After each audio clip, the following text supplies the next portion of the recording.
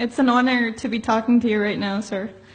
My name is Sindhus, and I'm currently a student, and I study with lots of non-Muslims. And I'm faced many times with the question, if there's a God, why are there bad things in this world? I love that question. I love that question. You know why I love that question? Because I used to have the same question. And anything and everything I looked at never answered that question until I came to Islam. That for me is one of the clearest proofs. If you really want to use your brain and think about what's going on around you and think about religion and a belief pattern or system, really you need to look at Islam. You really need to look at it because it's the only one that gives you the answer. Because Islam never demands from you blind faith. Never.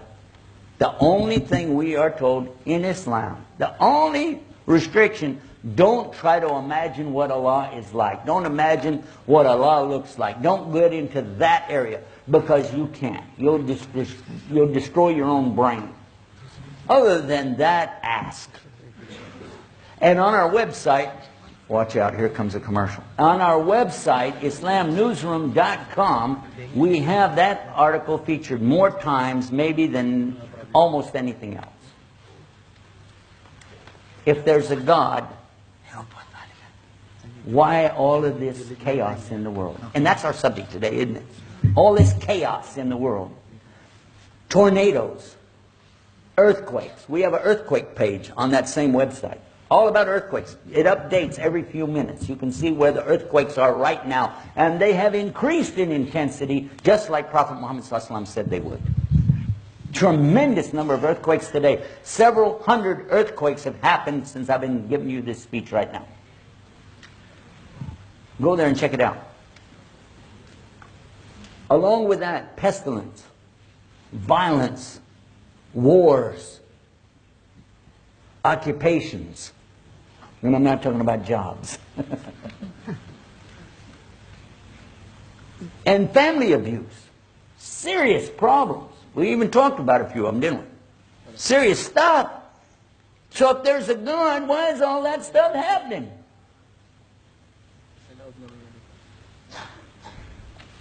It means the person asking the question doesn't even have the basic understanding of what Islam taught.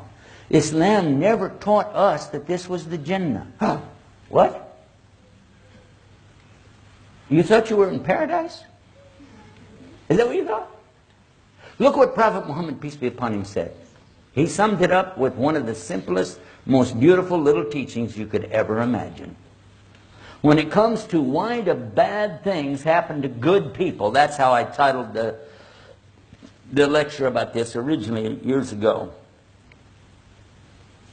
Prophet sallallahu alaihi wasallam, he said, "Ad-dunya sijnul mu'min wa jannatul kafir." This material existence that we're in, called hayat dunya, life of this world, is a prison to a true believer. But it's the only paradise to a disbeliever. He narrowed it down to two things: believers and disbelievers. We know as believers that this is the hardest thing we're going to go through. Because when this is over, that's it. It's done. It's done. You're not going to be put in any more tests. But you start seeing the results of the tests. You know how that goes. But for the disbeliever, this is their paradise. And that's why they want so desperately to build the big things here. And the fancy cars, the beautiful homes, the best of clothes. You know what I'm saying? You know, strut your stuff, baby. Okay. This is what they're looking for.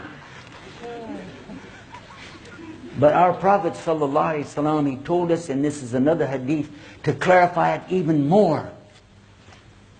Because some of the companions were concerned about the same thing that you're concerned about with your question. He said two people will be brought on the Day of Judgment. One of them, he had everything he asked for in this life.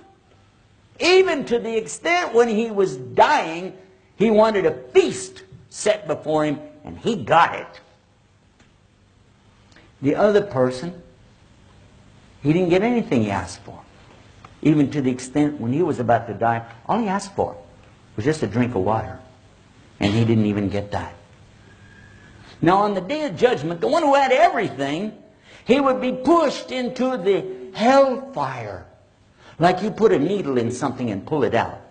Just in that instant. Whoop, whoop. And then, it's not in the hadith. That whoop, whoop is not there. Don't look for that. He would be asked, in your whole life, remember he had everything. In your whole life, did you ever see any good? He said, well, Lord, in my whole life, I never saw anything good. It wiped it all out. The other man that had nothing, suffered in this life, would be put into paradise. Like you put a pin in something and pull it out. And then he would be asked, in your whole life, did you ever see anything bad? He would say, well, why? In my whole life, I never saw anything bad. No hardships. So the companions, still not quite satisfied with that one. They said, yeah, but, okay, so why this guy who had everything has to go to hell, and why the other guy goes to paradise? Oh. And Prophet ﷺ made it real clear. Nobody's perfect. Well, yeah, no, I'm one of those not perfect guys. He said that nobody is perfectly good, and nobody's perfectly bad. The man who had everything in this life, actually he was a very bad person. Allah hated him. So we don't have that concept, by the way. God is love and He loves everything and everybody, no matter how bad they are. No, no, no, no. We know that God is the loving, al-wadud, and ready to love anything and everything that's good, but He's also capable of shadid al-iqab, dealing it out heavy duty, and you don't want to know about that.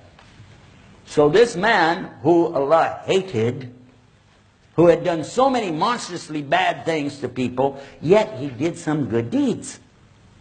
So Allah paid him in this life for his good deeds. So he would not even smell the paradise. That he could be thrown directly right straight into hell. The other man, this gentleman, actually was very good. And Allah loved him. But he did some bad things. He made some mistakes. But because Allah doesn't want him to even smell the hellfire, not even for a nanosecond, so Allah let him have his punishment here in this dunya so that he could go straight into the paradise.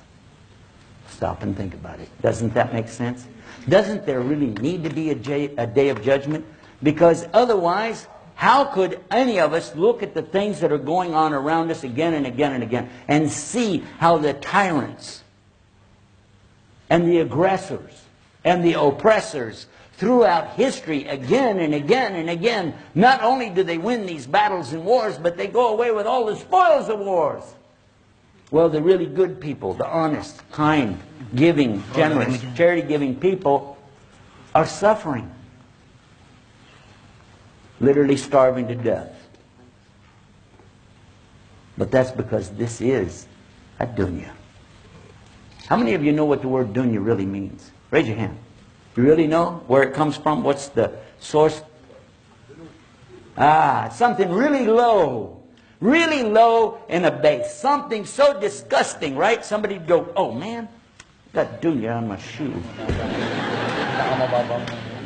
Low. And that's what this universe is to Allah. How low?